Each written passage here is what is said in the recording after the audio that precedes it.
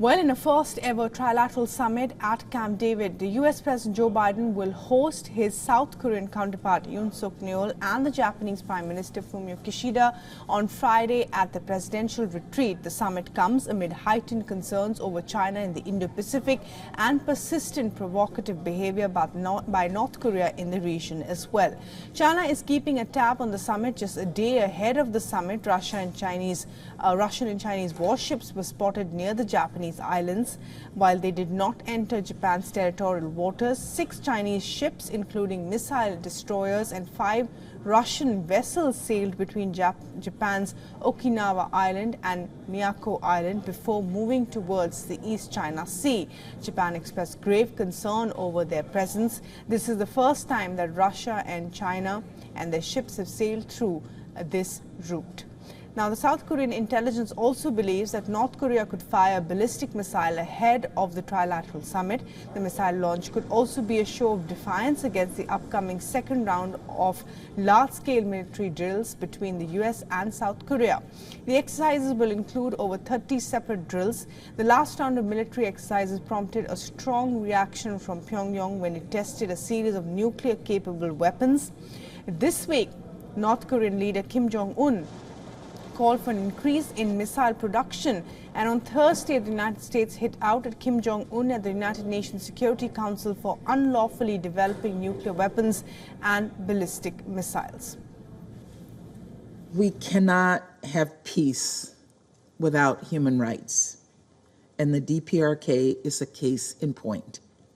Kim Jong-un's repressive totalitarian control of society and the systemic widespread denial of human rights and fundamental freedoms ensures the regime can expend inordinate public resources developing its unlawful WMD and ballistic missile programs without public objection.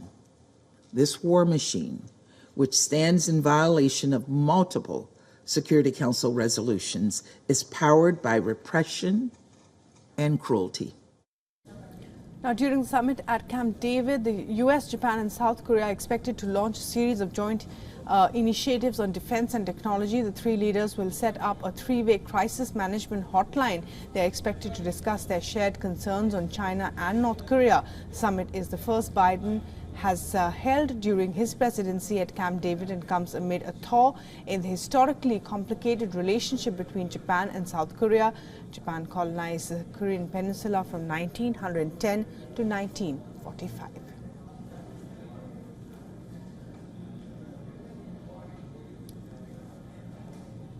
And well, we're now being joined by Chris Gilbert from Tokyo for the very latest on this. And Chris, shed some more light on the importance of this first ever trilateral. What are the likely deliverables? This as Russia, China are holding naval exercises close to the islands in Japan.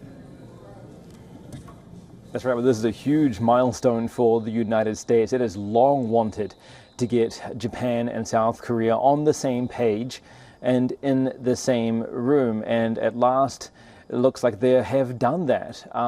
These countries are both incredibly important strategic partners for Washington. First of all, because of where they're located, right next to Russia, right next to China and North Korea, right next to any potential, flashpoints for any future conflicts, but also because, the U.S. has thousands of troops stationed across both countries. So it's very important for the US's defensive and security interests that these 2 countries get along. They have not always done so. In fact, they have not done so until very recently. There's been a lot of reports about these expedited warming of ties between the South Korean leader Yoon Yeol and Japan's Prime Minister Fumio Kishida.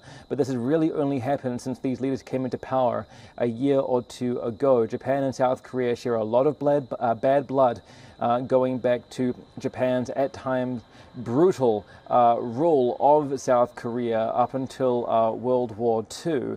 And now we see this warming of ties, at least at the executive level. It remains to be seen whether it will trickle down to the rest of society. But for now, it is an opportunity for the United States to really get the 3 countries on the same page and make steps towards one day a mutual defense pact that that would, further the US's objectives in countering Chinese assertiveness and Russian aggression in Ukraine, and also North Korea's nuclear threats.